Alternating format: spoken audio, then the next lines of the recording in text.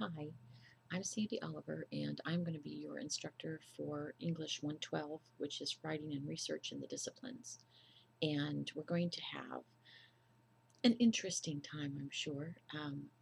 This semester, we are using an e-text from Macmillan, and it's the e-text for the regular textbook that we've been using for a couple of years now.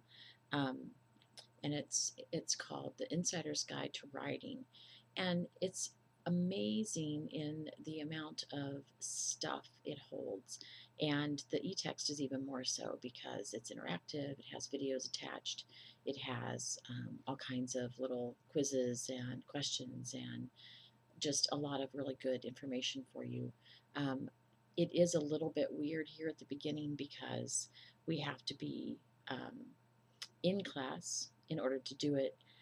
Like class has to be in session, and that's also we're supposed to have first day access. So I'm not sure if that's going to line up exactly, but bear with me, we'll get there. The first week we don't really do anything in it. I hope to have things up and running by Wednesday at the latest, and you can kind of play around in there and see what there is and see how it works. Some of you are probably old hand at this. You use e-text in other classes, and this is no big deal for you. But I haven't done an e-text in a few years, and this is a little bit um, outside of my comfort zone. So we'll learn together. I want you to have your syllabus available, and I want to tell you a couple things. But if you don't have your syllabus available, pause me and then go get that. Either download it and have it on the screen next to you, or even better, print it out so you can make notes or at least see the same things that I do. So the other thing that's interesting, so we have this ebook that we're going to be using and enjoying and having a great time with. But we also have very first thing in the course. In fact, you can't really even see much of anything in the course until you do what is called the Required Enrollment Activity, the REA.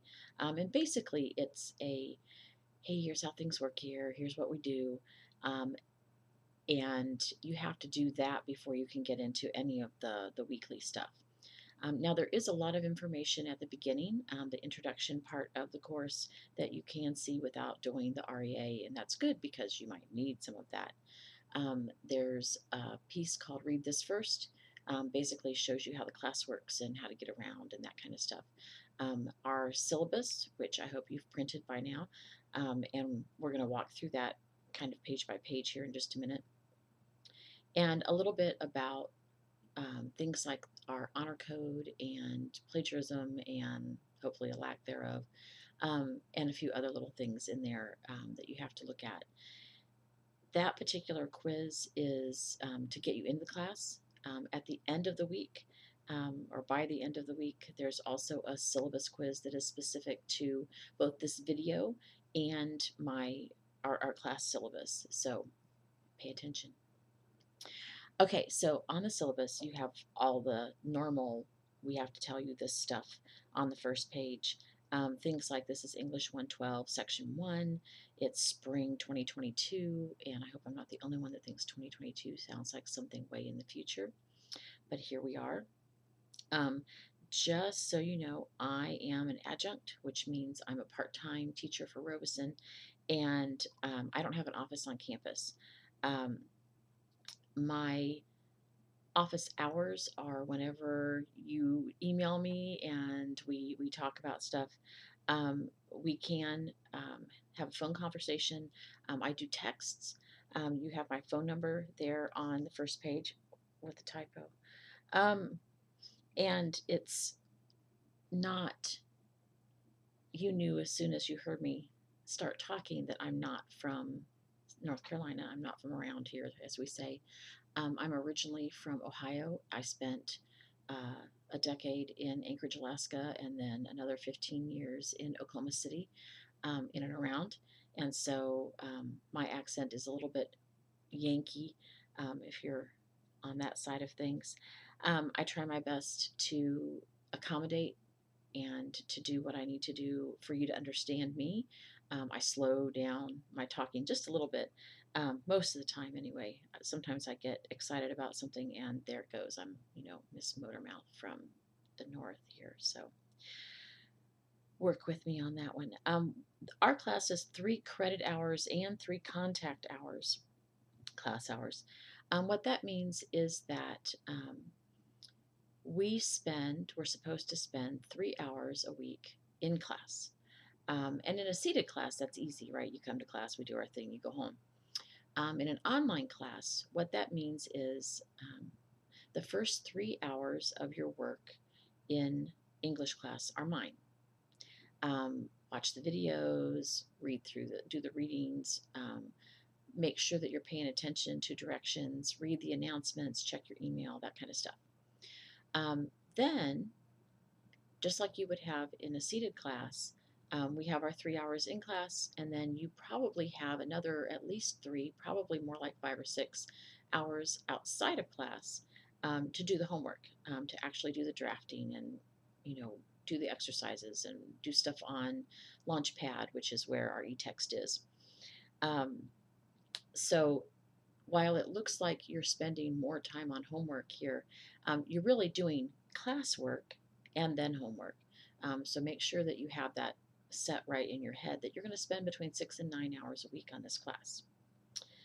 More so, if it's been a while since you've had English 111, we're going to do a very fast run through to get everybody kind of on the same page.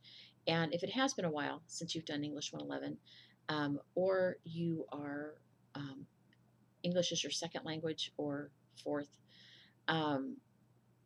make sure that you sign up early with a tutor so you can ask questions and sit down and have one-on-one time.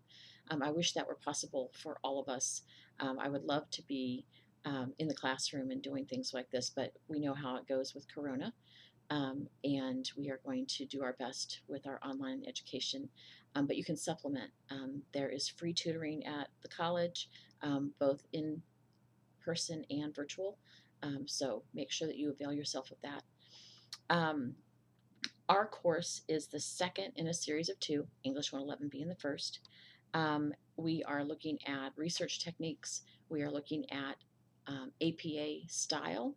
You did MLA in English 111, and we'll review that briefly just so you can kind of remember, oh yeah, there are lots of little picky things I have to find. APA is picky too, but in a different way. And we'll get onto that a little bit later when we're doing our APA Bootcamp week. You should have already taken English 111. If you did not take English 111 yet, please drop this course and go get English 111.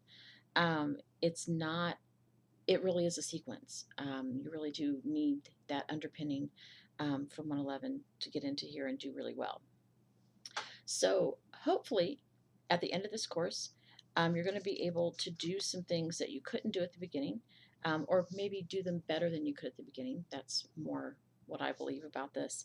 You already know how to develop a thesis and write a paper and all of that.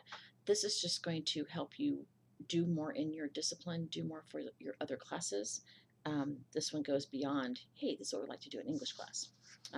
It's still a lot of what we like to do in English class, but you know.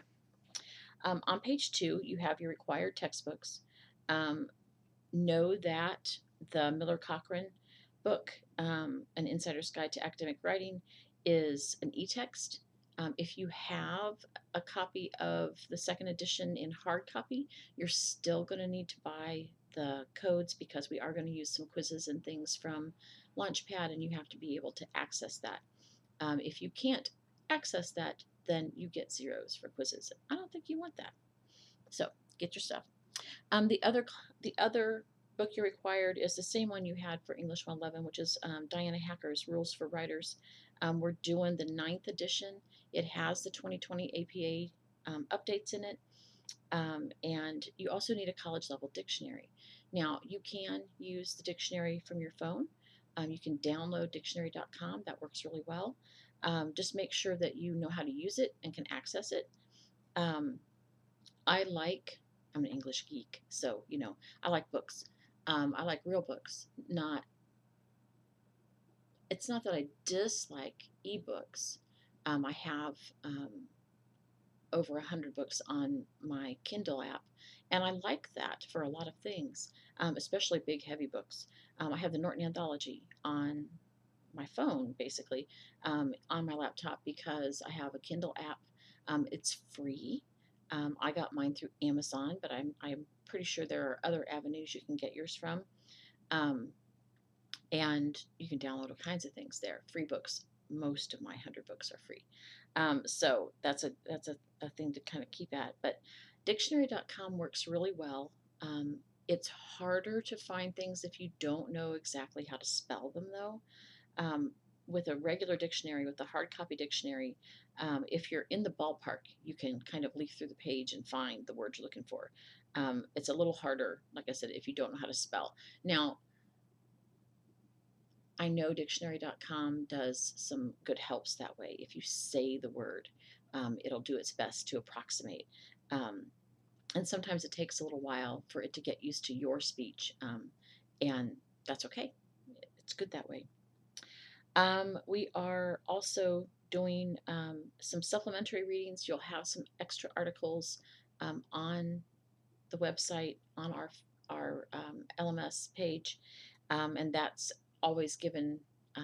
If there's anything extra outside of the books, I make sure that you have a copy, you have a link. One of the things too that you have to think about is how you're going to save your work, or what programs you're going to use. As a student, you get Microsoft Office 360 for free. You have, I think, 3 devices you can put that on, and make sure that that's what you're using to work through to put your work in, especially in this class where we're doing a lot of things that are teaching you how to format and teaching you what it's supposed to look like. If it doesn't look right, you lose points. So having something that comes across and looks on your screen the same that it looks on my screen when I go to grade it is really important. And so do your best to make sure you get all the points you deserve. And one of those things is to download Microsoft. And I know that's another interesting piece there.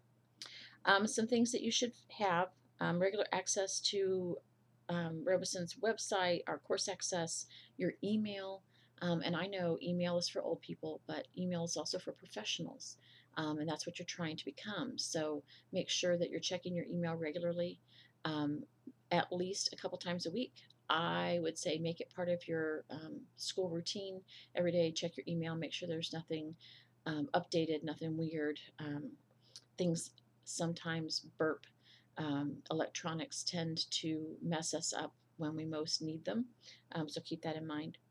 You need a way to hold on to your particular classes and coursework. A flash drive, data stick, thumb drive, whatever you want to call it, can be a really inexpensive way to make sure you have a backup, even if you do have your own laptop or tablet or whatever. Make sure that you have, pens, pencils, paper, that kind of stuff. Taking notes by hand is another way of getting things into our brains, especially if we're kinesthetic learners. I'm a visual kinesthetic. I like to see things and I like to do things. And I have found, being a student for a very long time, that if I write things down, I often don't have to go back and look at them, but they're there. If I need a specific answer to something or I need to know a sequence of something, having that written down somewhere helps me remember in the first place and also gives me a backup in case my memory is a little faulty. You should hold on to things, preferably until you graduate, but at least until you get your final grade for the semester. Make sure that you have things either on a data stick or in a notebook. A 3-ring binder works really well to kind of keep things together. You don't have to keep a lot of things, but just having those few, I finished this course, I did this particular assignment, I got an A on this test, helps you to remember that this is worth doing. Sometimes you need a little bit of a physical reminder of that. This is a 100% online course. All work is going to be submitted online through the LMS. Now, if things get a little sticky and you're panicked, just send it to me in an email and I will put the points back where they belong. You need to be able to access the course material on a regular basis. We do have weekly assignments. Some weeks we have more than one, but you get your attendance from making sure that you submit at least one academic assignment every week.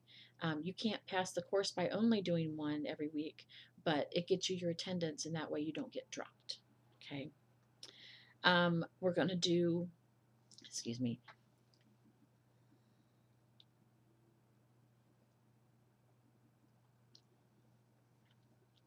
we're going to have some videos. Some of them will be me, some of them will be from the Purdue OWL, some of them will be from other places. I'll give you notes, PowerPoints basically, to back those things up most of the time. And you're going to have a lot of information thrown at you. The other thing is, if you haven't worked with Robeson's LMS, which is the learning management system, it's kind of clunky in that you have to keep scrolling to get to where you are. I find it a little messy, but it's what we have and it's what we're working with. So be patient with yourself, be patient with the program, be patient with me, please, and we'll do just fine. I'm on page 3 now, and there are course requirements. Basically, we have 2 kinds of work that we do. One is what we call low stakes work, and that's what you would normally consider homework. The drafts of papers, forums on discussions and things like that, some exercises, some other things, just to kind of get you ready. And these are low stakes, so they're low pressure. Now, they may not always feel low pressure, but that's the hope anyway. And then there's high stakes work. These are things that move your class grade letter to letter. We have a few things. Most of this is writing, and really all of these are the final drafts of a particular topic, of a particular paper. Okay. And if you look on page 3, you see also that there are a few quizzes. My goal is always to use a quiz to gauge how well you're doing, and to encourage you to actually do the reading and that kind of stuff. Can blame that on lots and lots of years of other students not doing their work. So we're going to write one big project, but we're going to do it, come at it from different angles. And so you're using the same topic for everything from the topic proposal, the annotated bibliography, the research paper, and the opinion editorial are all on the same topic. We're just going to get at it a few different ways. The examination of a scholarly article, the EOSA, is kind of an introduction to, hey, here's what these things look like. And we're going to look particularly at things that are done in APA style. And so this particular piece, it's not worth a lot. It's 5% of your grade, okay, which is more than a homework. But it's not a big deal in that I don't want it to be, huge pressure, but I want you to kind of walk through and play along so you can see how this all works. Now, some of you, especially those of you who are coming back to school, you've seen this stuff. You know what this stuff is. So humor me, play along, get an easy A, and kind of move on with that. Our grade scale here at Robeson is a 10-point scale. You have to have a 90 to get an A, not an 89.8. You have to have a 90 to get an A. I always have folks who max out extra credit and things like that, and they're in 102, 103 points. So it's possible. Do the work, do all your work, do it to the best of your ability, you'll be fine. We don't have exams. We do have a few quizzes, mostly at the beginning, just to kind of get you in the swing of things and help me figure out how you're doing. The last day for you to withdraw from this class is April 27th. So you have some time to figure out whether or not this is working. You can withdraw before that. If you miss more than 2 weeks of class, then I have to drop you, and I don't like to do that. So make sure you're doing that one assignment even when things are kind of blowing up in your head. So there is a link to the student drop form. I will have to also go in and approve that, and I don't usually give you a hard time about it. I hate to lose students, but sometimes it's the more intelligent thing to do. Come back and take the class next semester or whenever you're feeling up to it again. Okay, class attendance on page 4. When you think about attendance in an online class, you can do your work whenever you want, to a point. We do have deadlines. Those deadlines need to be met.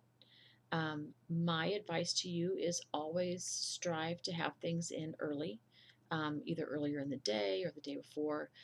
That way, if and when things get weird, you still have time to get your work done. You have to do the first thing is the required enrollment activity. Make sure that you do that, preferably today, get it out of the way. If you don't do it by the 20th of January, then you get dropped from the classes and never attended. Even if you've checked into the class, even if you've looked around and clicked around and that kind of stuff, it doesn't count. You have to do the REA. So get that done and get it over with. Once you're in, weekly participation is expected. Don't fall off the face of the earth for 3 weeks and expect to come back to class. It just doesn't work that way. And the stuff that we do is very sequential. And so if you're not kind of playing along, following along, you're going to be lost. It's going to be harder. It's going to be more frustrating. And as a lot of you already know, English class is kind of frustrating to begin with. I always have to remind myself that a lot of my students want to be in my class about as much as I wanted to be in algebra class. So if math is your forte, woohoo, I'm so happy that there are people out there who love math. I like math. I think of math as a language. So you can see sometimes my problems there. But I'm an English major and I love to read and write and talk and talk and talk and talk. I am available Monday through Friday, usually somewhere between 7 and 8 a.m. and somewhere between 3 and 5 p.m. I am an adjunct, which means I'm a part-time teacher at Robeson. I'm also a part-time teacher at 2 other community colleges. So I have a little bit going on. And there will be times when I'm not available. I'm human. I need downtime. I need a nap occasionally.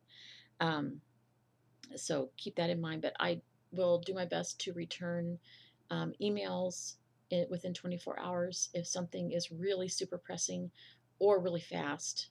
Hey, what was the name of that article I was supposed to read today? You can text me. The first time you text me, make sure you give me your name, and that way I'll put you in my phone and I'll know it's you when you text. I'd rather you didn't call unless we've made an appointment. Like I said, I have a lot of things going on and I can't always be right there at my phone. I hate to miss a phone call. But texts will, pop up and I'll get to those as soon as I see them. So that's a fast way to get a hold of me. On the weekend, I sometimes answer email on Saturdays. I rarely answer email on Sundays. I try to take a day off of my screens. I didn't get to do that this week, as you can tell from the date and time stamp here, but that's okay. That's okay. There are a few other things here. Remember, you have Upswing, online tutorial service. You have the Academic Success Center, formerly known, I think, as the LRC. They are in building 14 on the second floor, and they are there to help you. There's a phone number there. There's a link for you. The library is in building 4. They have a quiet study room. They have computers. If you end up losing connectivity at home for a little bit, that's a good place to go because it's quiet. And there are plenty of computers in there for lots of folks. Um, our IT help desk is amazing. You can email them and say, I can't figure out how to upload Microsoft, and they will help you. And if you have any trouble with self-service or the Open LMS, that's where you go. Okay, we're almost done. Academic integrity, basically don't cheat, and there are lots of ways to cheat. And as a longtime student and now longtime professor, I have probably seen it all. So make sure that you're doing your own work, do your work with integrity, and everything will be fine. There are lists of things that you know, but they're there. Academic dishonesty can get you a 0 for a paper, a 0 or F for the course. It can also get you kicked out of college. And don't let, English 112 at Robeson Community College be the end of your college career. Do your own work. Don't panic. If you're in panic mode, send me an email, send me a text, and I'll try to talk you off the ledge. It's hard. College is supposed to be challenging, but sometimes, along with life and the pandemic and 90 million other things, um, school seems impossible. Take a breath and back off. Maybe go do something fun for a little bit. Go for a run, go for a walk, pet your dog, pet your cat, talk to your significant other, whatever you need to do to recenter and refocus, and then come back at it the next day. And a lot of times things seem better. Sometimes not so much, but most of the time that works. There are a bunch of college policies in the student handbook. That's online as well. I believe it's one of the clicks in the e-forms. If you have a student, if you have a disability that's going to prevent you from doing your best in this course, if you had an IEP for academic reasons in high school, say, we can do a lot of the same stuff. It never shows up on your record, on your transcript, but talk to Susan Moore in Counseling and Testing in the Student Center, and there's a phone number and an email there on page 5 where you can find out what accommodations we can do for you, how that works. We don't discriminate officially on all the things that come through race, color, sex, age, religion, disability, origin, orientation, all of those things. Everything that is here is for everybody. It's a public university, public college. So if you think or if you feel that you've been treated unfairly, please, please, please talk to these folks. Okay. The last thing I want to talk about is a little bit about our semester schedule. You'll be able to see a tentative schedule up on our LMS, and I want to kind of give you an overview. You really do need to get the e-text. We're going to do our research paper slightly differently than a lot of the other classes do. We're going to really lean on the book a bit. I want you to use one of the 4 reading chapters. These are chapters 11, 12, 13, and 14. And basically, I'm going to have you choose one of those big topics, use at least 3 of the articles that we have there, at least one case study. You could use all 3 of them, can be case studies. Each of the sections and the topics, broadly speaking, are love, crime and punishment, food and accessibility, and then writing. And each of them has a set of case studies that come from different disciplines. And so there's sometimes it's sociology or science or humanities or whatever, and they are helpful in showing like different ways that those disciplines look at and talk about the same topic. The reason I'm kind of limiting your choices is so that you get used to um, using articles and things from a certain level. You also get to pick um, two more um, outside sources, is what I'm calling them. Um, at least one of those has to be a peer reviewed article. We'll talk a little bit more about that when we get there. But those are going to be your topic choices. I would like for them to be things that you're interested in. So there's a lot more variety there than it sounds like. But pick something from those chapters and we'll go from there. We're going to walk through a little bit of getting everybody on the same page the first couple weeks, and then we're going to do that evaluation of a scholarly article. We're going to do a proposal, a proposal. Basically, here's the topic I've chosen. Here's my research question. An annotated bibliography is a look at the sources that you're going to use and how they're going to work and how they work together. The actual argument itself, research paper, and then at the end, after you've done all that, a short piece. It's an opinion editorial. We call them op-eds. Lots and lots of services like Reddit and HuffPost and different things like that. Most of what you get from them really is an opinion editorial. Somebody has an opinion about something and they want to share it with you. And that's going to be what you're going to do as well. We're going to look at a few things from some big newspapers like the New York Times and the Washington Post and that kind of stuff and see how they do things. And then the very last thing for the very last day is a reflection. Basically to see if what we did was effective and if you learned what we think you should have learned, so we can make adjustments and things. That's about it for me. I hope that you enjoy the class. I hope that you get a lot out of it, that you improve as a writer, at least in confidence, and hopefully in understanding how APA works, and so you can use it in your classes. If you have questions, you have my email, or you can text me, and I'd be happy to answer. There's also a Q&A forum open on week 1 that you can look at and ask questions, and I can answer, you can answer if you have the information, that kind of stuff. Anyway, I hope to be hearing from you soon, and I hope we have a great semester together. So enjoy your day.